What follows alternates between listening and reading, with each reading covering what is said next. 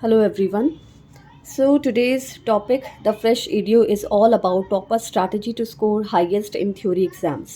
तो आपको as evaluator क्या लोग क्या देखते हैं एग्ज़ाम चेक करते हुए, वो मैं आपको अपना पर्सपेक्टिव बताऊंगी कि हम लोग क्या करते हैं, मार्क्स किस बेसिस पर दिए जाते हैं और जो टॉपर्स होते हैं उनके मार्क्स कैसे आते हैं। अल्टीमेटली चेक तो इवेल्युएटर्स ने ही करना है, राइट। तो topper strategy to score highest in theory exams. I hope ये वीडियो आपको बहुत काम में आने वाली है। कई बार आप ऐसे होता है कि लिखा अंदर चाहे कैसा भी हो, लेकिन जैसा प्रेजेंट किया है उसकी वैल्यू कई बार बहुत ज़्यादा हो जाती है। तो वो वैल्यू कैसे होती है उस पर हम आज बात करेंगे। Let's begin. ये आपकी शीट, सैम्पल शीट मैंने आपके लिए ली है एक।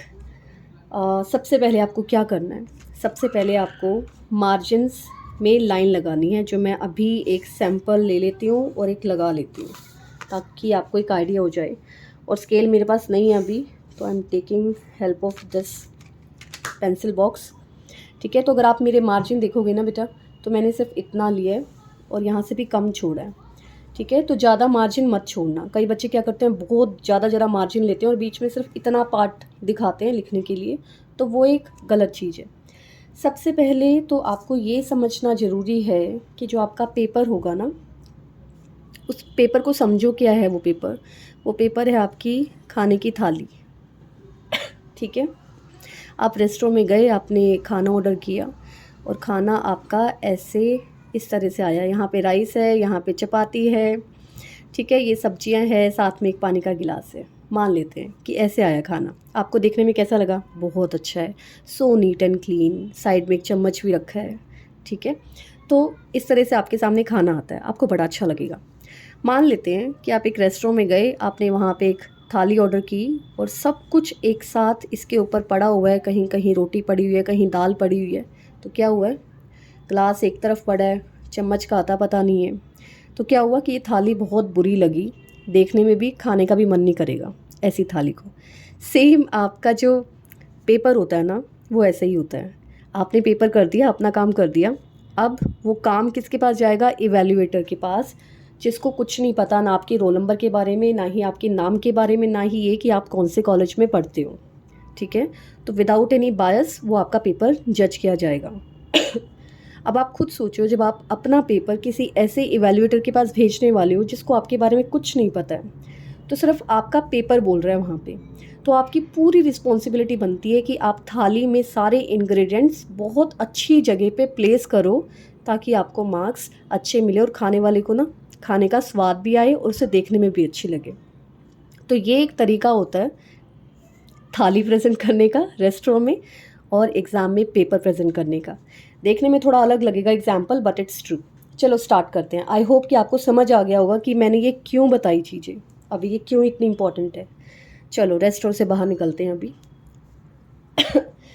आपके सामने क्वेश्चन पेपर आया, ठीक है। सबसे पहले टाइम की बात करेंगे हम। टाइम है आपका 180 मिनट्स, ठीक है। हाईली एक्सपेक्टेड है कि आपको 2 क्वेश्चंस मिलेंगे, मतलब सेक्शंस में मिलेगा। For example let's say question number 1 ए और बी पार्ट, फिर इंटरनल चॉइस ए और बी पार्ट, कुछ ऐसे दिया जाएगा। मान के चलते हैं कि ऐसे दिया जा रहा है, ठीक है। चाहे वो फिर आपके 18 मार्क्स के हो, 15 मार्क्स के। मैं मार्क्स के बारे में बात नहीं करूँगी अभी, क्योंकि सबका अपना अपना क्राइटेरिया अभी, ठीक है। तो एक जनरल बात करेंगे। जितने भी आपके क्वेश्चन है, मैं मान के चल रही हूँ कि आपको 5 क्वेश्चन अटैम्प्ट करने हैं, तो डिवाइड कर लो अपना। 5 से डिवाइड करोगे तो क्या आएगा आपका? 36 आएगा। 36 मिनट्स फॉर ईच क्वेश्चन, ठीक है।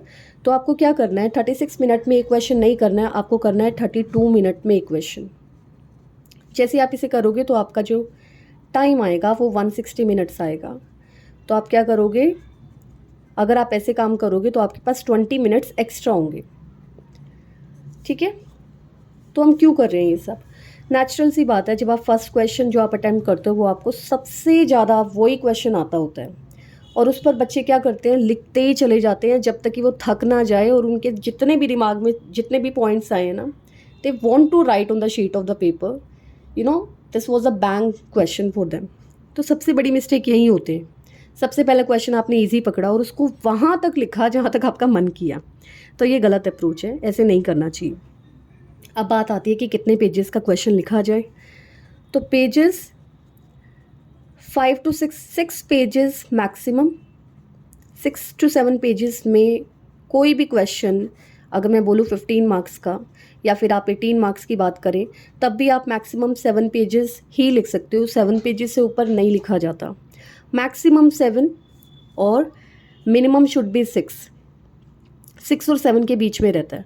और 7 पेजेस भी वो बच्चा लिख पाएगा जिसको बहुत अच्छे से आता होगा, वरना 6 पेजेस में ही बैंड बज जाती है।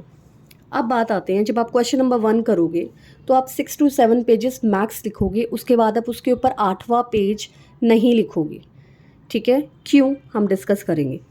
जब आप पहला क्वेश्चन करते हो तो आपका जो एनर्जी लेवल होता है ना, वो बहुत ज़्यादा हाई होता है। आपसे कुछ भी करवा लो, कुछ भी लिखवा लो, फटाफट लिखोगे।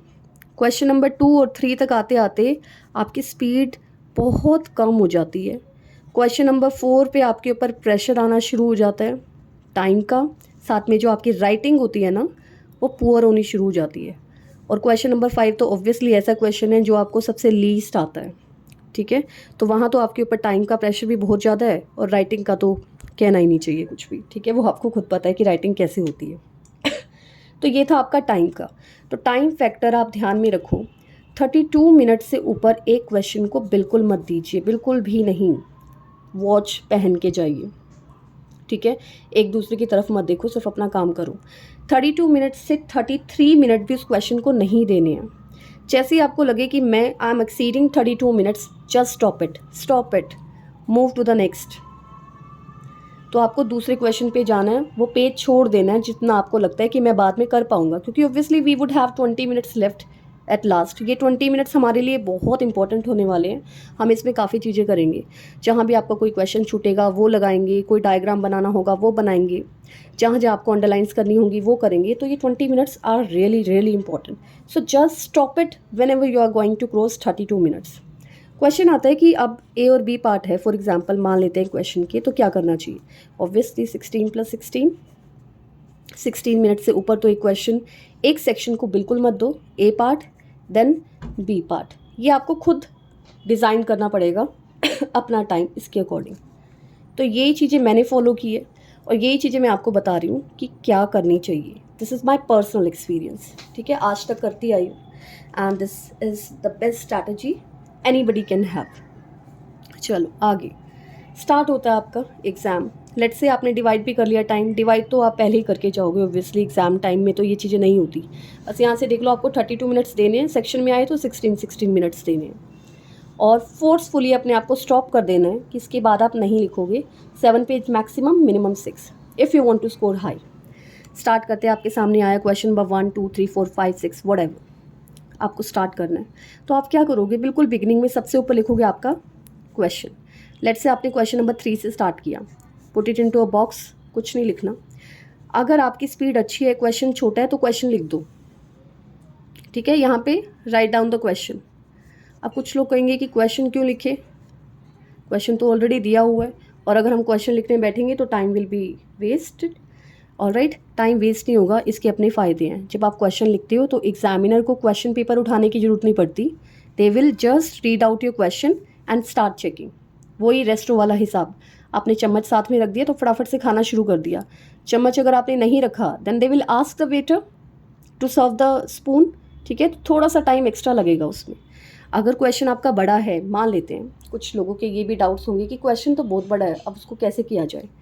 फॉर एग्जाम्पल लेट्स से मैनेजमेंट, यहाँ से आपका क्वेश्चन स्टार्ट हुआ, इज़ द आर्ट, उसके बाद आपने डैश डैश लिखा, लास्ट में लिख दिया आपने statement, that's it. Alright, so you are giving the clue to the examiner that I have you can identify easily the question, it's in the dash dash form. Now start answer. Always start with introduction. जितने भी आपके question आएंगे statement वाले, statement means for example let's say coordination is important for the organisation, why, what do you think, so it's an inverted commas, it means a statement. Always remember, statement वाले question आपके introduction से start होते हैं and they end with the conclusion. ठीक है, otherwise whenever the direct question will be given to you, for example let's say explain five forces analysis model, then you can just write it down, meaning of Porter's 5 forces analysis, and underline the features as well as key elements. But यहाँ statement वाले question में you put it introduction then conclusion. ठीक है, तो आपने introduction लिखी, फिर आपने उसके बाद लिखी डेफिनेशन। ऑलराइट, सबसे बड़ी जो एक प्रॉब्लम है जो बच्चे करते हैं वो क्या करते हैं, मार्जिन से बाहर जाके कुछ लिखते हैं। फॉर एग्जाम्पल वो जिगजैग लिखेंगे, एक वर्ड तो उनका यहाँ आएगा, फिर दूसरा इधर आएगा, फिर तीसरा इधर आएगा, फिर चौथा कहीं बीच में आएगा। ऑलराइट, तो ये जिगजैग देखने में बहुत ही बुरा लगता है, इट्स रियली वर्स्ट। ठीक है, it looks pathetic, don't do this. हमेशा आप मार्जिन में लिखिए, यहाँ भी मार्जिन में लिखिए, दोनों साइड आपको मार्जिन में ही लिखना है। ऑलराइट, कुछ बच्चों की प्रॉब्लम होती है, वो क्या करते हैं, इंट्रोडक्शन डेफिनेशन के बीच में हर बार एक एक लाइन, दो दो लाइन छोड़ते चलते हैं। तो ऐसी मिस्टेक मत कीजिए। इवैल्यूएटर को सब पता रहता है कि कौन सा बच्चा सिर्फ शीट भर रहा है और कौन सा बच्चा लिख रहा है, तो लिखो। अननेसेसरी स्पेस छोड़ना बिल्कुल बेवकूफ़ी है। नेक्स्ट थिंग, इंट्रोडक्शन लिखा आपने, डेफिनेशन लिख दी, उसके बाद आपने स्टार्ट किया। हर क्वेश्चन में आपको एटलीस्ट वन डायग्राम ज़रूर दिखाना है। ठीक है, for example let's say functions of management, आपने लिखा फंक्शंस ऑफ मैनेजमेंट। ठीक है, उसके बाद जल्दी से आपने फ्री हैंड ऐसे कॉलम बनाए, it takes you 3-4 second, that's it, write it down, जो भी आया। और इस तरह से आप काफ़ी सारे डिज़ाइन, एनीथिंग यू वांट, किसी भी तरह के आप यहाँ पे हेक्सागन बना सकते हो, depends upon your art style. ठीक है, जो भी आप बनाओगे that should be free hand, scale की मदद मत लीजिए, बिल्कुल भी नहीं। ठीक है, बिना स्केल की हेल्प के आपको डायग्राम बनाना है। अगर आपको लगता है कि मेरे पास डायग्राम बनाने का टाइम तो बिल्कुल नहीं बचा, इतनी स्पीड नहीं है, ऑब्वियसली डायग्राम सिर्फ वो बच्चा बना सकता है जिसको थोड़ी सी भी उसकी हैबिट है। तो हैबिट आपकी डेवलप हो जाएगी, आप न्यूज़पेपर के ऊपर फ्री हैंड करना शुरू कर दो और वो आपको आदत पड़ जाएगी फिर उसकी। जिन बच्चों को ये लगता है कि मुझसे डायग्राम नहीं बनेगा या फिर मेरे पास टाइम नहीं है, वो ऐसे राइट साइड एक इंडेक्स बना लो। For example let's say functions, alright, और उसके बाद यहाँ पे कीप राइटिंग ऑन हेडिंग। ठीक है, इस तरह से आपका एक डायग्राम हो गया ready, that is an easiest form. और लेफ्ट साइड आपने उसे एक्सप्लेन करना शुरू कर दिया। फॉर एग्जाम्पल लेट्स से ऑपरेटिव फंक्शंस, ऑलराइट, यहाँ से आपने स्टार्ट किया और उसके बाद लिखना स्टार्ट कर दिया। ऑलवेज रिमेंबर, आपको हेडिंग्स के मार्क्स मिलते हैं, पॉइंट्स के मार्क्स इतनी अच्छे से इवेलुएट नहीं होते, क्योंकि किसी भी एग्जामिनर के पास इतना टाइम नहीं होता कि आपका वर्ड टू वर्ड चेक करे। तो presentation actually impact, it works wonders. ठीक है, तो हर पॉइंट का आपको हेडिंग लिखना है, then you have to explain the points. अब ये चीज़ें आप जितनी मर्जी बार बोल लो, पर फिर भी बच्चे ये मिस्टेक करते हैं, और and obviously it would be reflected in their marks, है ना। तो जितना गुड़ डालोगे उतना ही मीठा, ये वही चीज़ है। ऑलवेज यूज़ हेडिंग्स, ऑलवेज, कुछ भी बिना हेडिंग के मत लिखिए, नेवर। ऑलराइट, सो डायग्राम डालने हैं, डायग्राम का टाइम नहीं मिले तो इंडेक्स डालना है हर क्वेश्चन में, इट्स हाईली इम्पोर्टेंट। ठीक है, तो आपने अब ये सब कर लिया। कॉमन मिस्टेक जो बच्चे क्या करते हैं, फॉर एग्जाम्पल लेट्स से आपने क्वेश्चन नंबर, अच्छा ठीक है चलो, एक क्वेश्चन यहाँ पे आपका ख़त्म हो गया, मान के चलते हैं ये क्वेश्चन आपका इस पेज पर ख़त्म हो गया। तो कई बच्चे क्या करते हैं, मोस्टली बच्चे क्या करते हैं, इसी के नीचे नेक्स्ट क्वेश्चन शुरू कर देंगे। नहीं, डोंट डू दिस। ये आपका पेज ख़त्म, आधा पेज आपका फिल हुआ है, start on the next page से ही स्टार्ट कीजिए। इट डजेंट मैटर कि आपका आधा पेज बचा हुआ है, कितना पेज बचा हुआ है, सेकंड पेज से स्टार्ट कीजिए। फिर दोबारा से टॉप में लिखिए, सेंटर में लिखिए क्वेश्चन नंबर 2, ए पार्ट है तो ए, बी है तो बी, सी है तो C, whatever. Alright, then start writing again and again. So this would be the next strategy.